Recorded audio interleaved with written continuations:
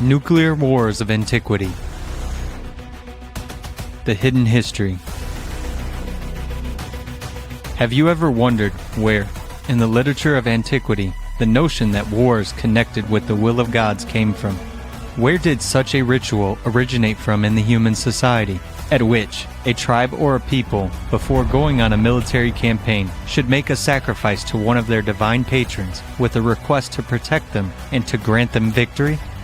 Why was there a certainty that this patron deity would take a personal part in battles, supporting them with the weapons of the gods? And finally, whence did the peoples that knew only spears, bow and arrows know about ancient events characterizing the conduct of nuclear and thermonuclear wars? As of today, a lot of inconvenient facts have been accumulated, contradicting the official version of world history and indicating that the world has already plunged into the abyss of a world nuclear war, and this resulted in a global disaster, extremely deplorable for the entire humanity of that time. Nuclear wars have already taken place in the distant past and left a lot of geological evidences of large-scale military conflicts of antiquity. These are the presence of multiple craters, the increased content of radioactive isotopes, the presence of radioactive zones, the existence of huge tektite-strewn field on different continents, the formation of some dating back to the period of 12,000 years ago, as well as a number of differences from tektites of natural origin. Tektites are pieces of natural glass melted due to a sudden, significant increase in temperature and rapid cooling. Today, a similar picture may be observed at nuclear test sites. It is known that tektite fields appeared in the Japanese cities of Hiroshima and Nagasaki after the explosion of nuclear bombs in 1945. Such ancient epicenters, the consequence of atomic explosions of destructive power, are found in different parts of the globe, which evidences a large-scale military conflict with the use of not just nuclear, but also the type of currently unknown weapon. Legends of different peoples also bear evidence of the Great War of Gods, with the application of all-destroying weapons. One of such vivid examples is in the ancient Indian epic Mahabharata, which describes the war and its consequences after the use of unusual, all-destructing weapons. Interesting facts. Fact 1. It is interesting that the first edition of the Mahabharata, epic poem narrating about the Great War and discords, was carried out in the same 7th century BC, rich in events of El's supporters. Moreover, history repeats itself. Just as in the story with the mysterious Homer, the text processing is attributed to one author, the legendary mysterious sage who edits the famous ancient Indian epic Mahabharata, as well as the Vedas and Puranas, and other Indian philosophical texts. He is called the sage Vyasa, whose name in Sanskrit means division, separation, distraction, dispersion. He is also called Shavata, that is, immortal, eternal. Fact 2. In the Mahabharata, epic poem according to the plan of the gods, by the hands of some people, the others, who are their relatives by the way, should be exterminated. One of the main negative characters is Karna, whose image by its tragic intensity is close to the image of the hero Achilles, from the Iliad epic poem by Homer. Just like Achilles, Karna died. Moreover, in the legend, more space is given to the description of Karna's death than to anyone else's, including the divine Krishna. Fact 3. The Mahabharata indicates that these events, the war with the use of the weapons of gods, and the following cataclysms occurred at the turn of the age of Dvapara Yuga, where people had an opportunity to live for 1,000 years, and the age of the Kali Yuga. Megaliths. So, was there a civilization in ancient times with high technologies, the development of which exceeded the discoveries of modern science? Certainly. More information on the science of antiquity may be found in the Primordial Electrophysics report.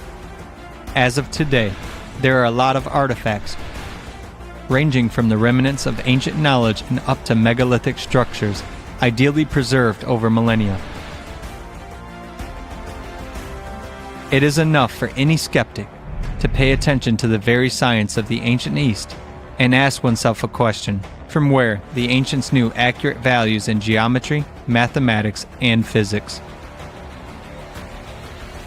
But perhaps the most obvious evidence is the megalithic cities located in different parts of the world, and the technology of their construction, which modern humankind cannot reproduce until today. Monoliths, menhirs, pyramids, cities, temples, palaces, airports, and other ancient buildings that have been discovered in different parts of the world, amazed by their scale, stability, and perfection of structures.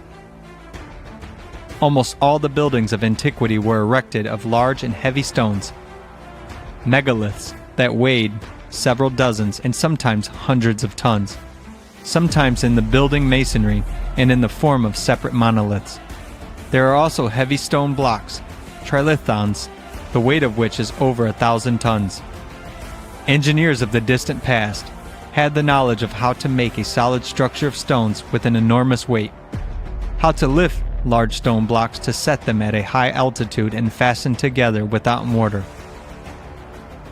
They knew how to make a polygonal laying, how to make high-quality alloys for solid metal bracings. Even today, we can see that cuts on the stones are made by mechanisms with pinpoint accuracy, which produce the effect of a tight fit of the stones, in the chunks between which it's impossible to insert even a razor blade. Masters of the past left lots of marks that indicate the use of high-tech equipment. Superpower circular slabs, grinding machines, drills, possibly ultrasonic, cutters, and many other devices that the current civilization is yet unaware of. The traces left impress with their flatness, ultra-thinness, and accuracy. Large sizes and high quality of the devices themselves, which can easily deal with the stone products of high-quality hard rocks. Megaliths were made at a high level not just technically, but also their location. The form of constructions, the images left on the stones were made based on the knowledge of astronomy, geography, advanced mathematics, and other exact sciences. But what are all these high technologies and grand buildings worth when a society loses its spirituality? There is nothing worse than evil on the throne when power, terrible in itself, is becoming its spouse.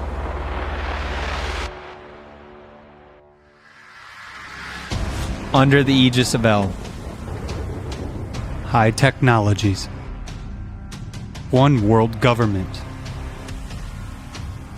Immortality. Cloning. Games of gods. Climate weapons. Nuclear wars. Destruction of Atlantis.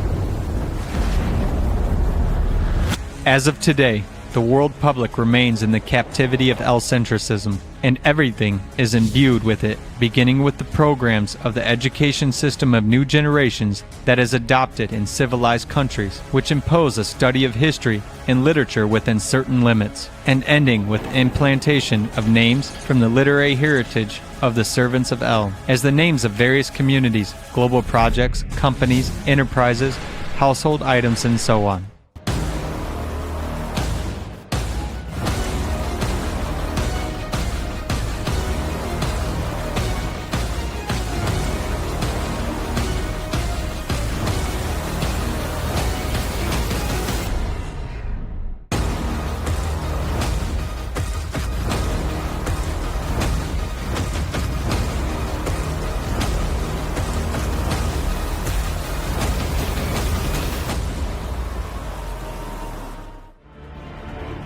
Have you ever wondered why there are many people today who don't believe in God, mistakenly thinking that it's an old man with a beard sitting on a throne? However, at the same time they understand that there's something supreme after all, but in the form of the universal mind, the system.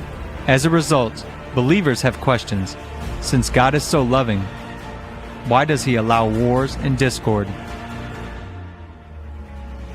from where there appeared so many people who are proud of atheism and consider the history of wars to be more important than spiritual knowledge?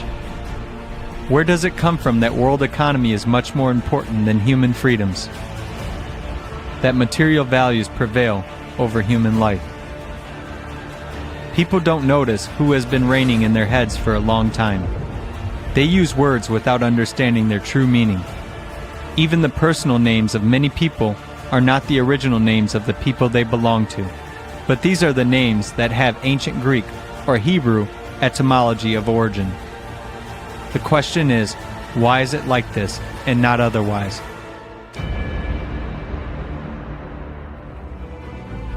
Do you think this doesn't concern you, and you are not involved in this game of the system? Look carefully. What kind of information are you surrounded with?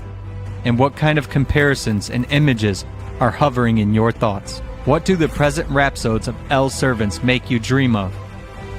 What do you subconsciously choose every day?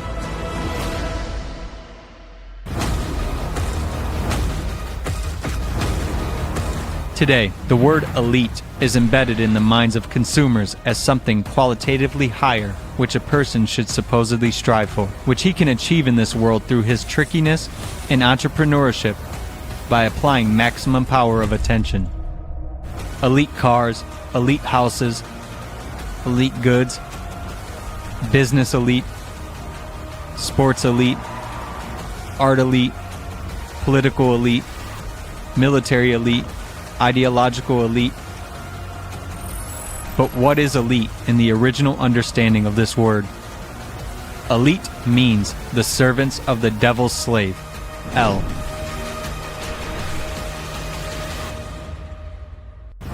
What is the price of such selectedness? Whom does it beget in the consumer society? Is the literature which is now introduced into the ranks of masterpieces of world classics so harmless? The remnants of knowledge about the Atlanteans have been preserved, and esoteric religious traditions of different peoples. The priests were their keepers. Many occult organizations appealed to the knowledge of the Atlanteans. Theosophical and anthroposophical societies tried to reconstruct the legacy of Atlantis. The emphasis was made on the selected race of people or the domination of one nation, which allegedly originates from the gods of Atlantis over others. This idea of dividing off the lords from slaves was used by dictators in different times. In the cultural tradition of modern times, Atlantis has become one of the symbols of the triumph of intellect, the vehicle of ideas for the formation of social ideas of consumer society.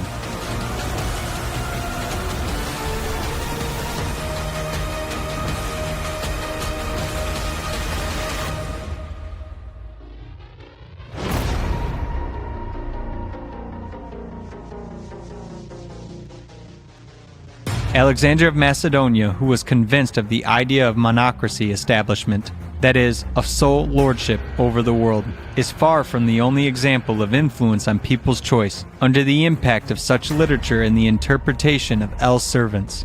Another vivid example is Reichsführer SS Heinrich Himmler, who at his time was also firmly convinced in not only the existence of Atlantis and further resettlement of the Atlanteans, but also in the fact that the descendants of the Atlanteans have remained in their best form only in Germany.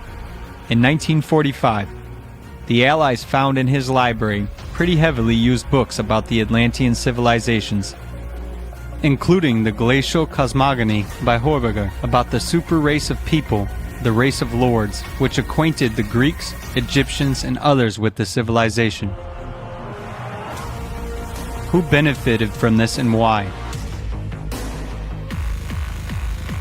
Do you think it happened accidentally that in the culturological tradition of modern times, Atlantis is a symbol of the triumph of intellect? How many films, literary works, articles have been devoted to it?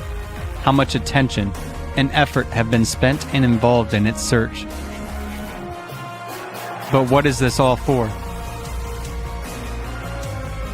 Have you ever wondered why in your consciousness, without your desire, a deliberately positive image of Atlantis is actively being formed? Atlantis is still searched for until now, but it is interesting where the attention of new generations is being directed.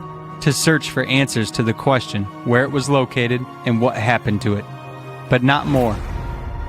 What have modern people heard in passing about Atlantis?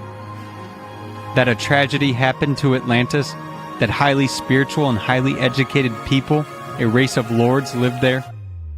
What is the expected result? The program implanted by El is the desire for world lordship. The global interest of certain individuals who are planning for centuries is quite obvious. The establishment of a new world order in human society and El's return to the throne. But there's an ancient expression: every power arises vices. Absolute power generates a dragon. The information is scattered, and without a key, a person doesn't have global understanding, believing in something that is feeding his pride, thereby getting into the system which manipulates him from the outside. And there are millions of people like him.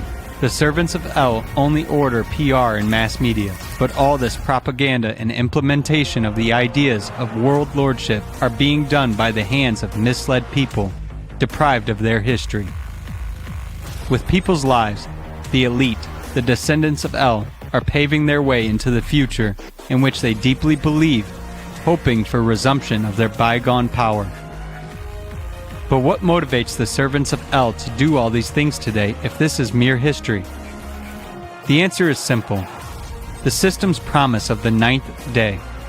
They believe that in the future created by them, when El comes to power again, they will resurrect in material bodies in Elysium, because in their secret orders, under a great secret accessible only to the initiated ones, legends have been preserved that all this is absolutely real, has a scientific basis, and similar resurrection in bodies was carried out in the times of El.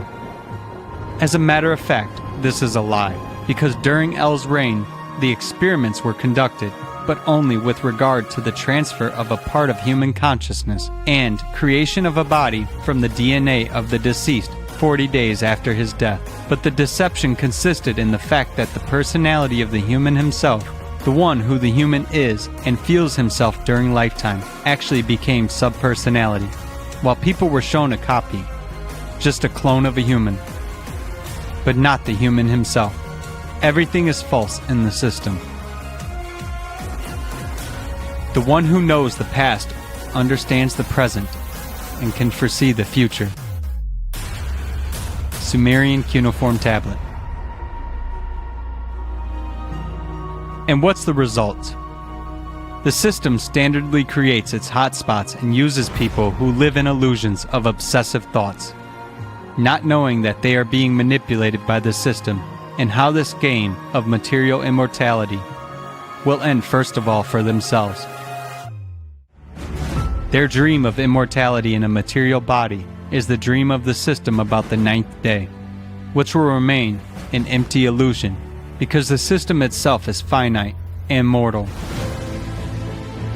Its momentary existence with billions of years is nothing for the world of eternity, for the spiritual world.